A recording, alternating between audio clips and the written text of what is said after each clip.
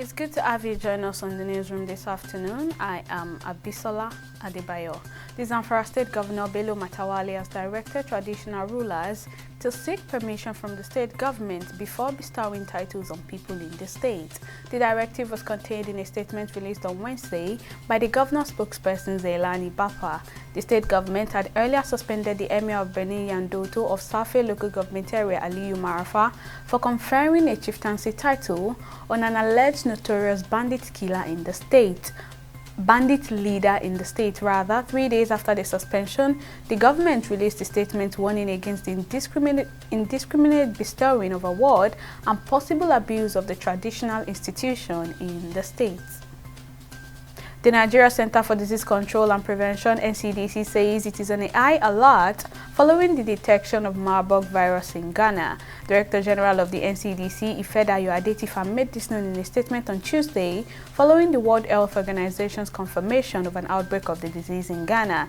This is the second time the virus will be detected in West Africa following the previous incidents in Guinea in August 2021. According to Adetifa, the country is at moderate risk of an outbreak of the disease, adding that Nigeria can test for the virus presently at the National Reference Laboratory in Abuja and the University of Lagos Teaching Hospital Laboratory Center for Human and Zoonotic Virology.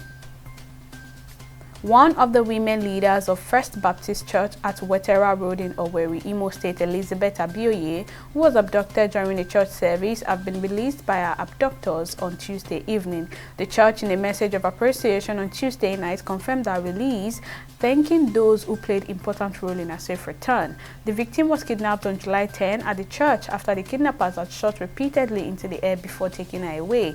However, the Imo State Police spokesperson Michael Abatam is yet to issue a statement on her release.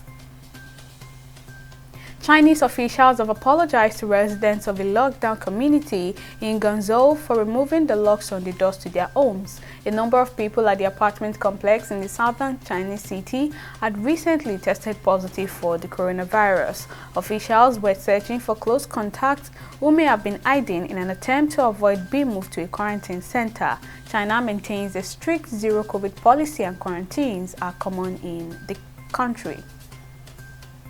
The governor of the Central Bank of Nigeria, Godwin Emefiele, says the e-naira is a disadvantage to commercial banks, especially when depositors move money from their bank accounts into their e-naira wallets. The CBN boss made this known at a session of the Monetary Policy Communique held on Tuesday in Lagos.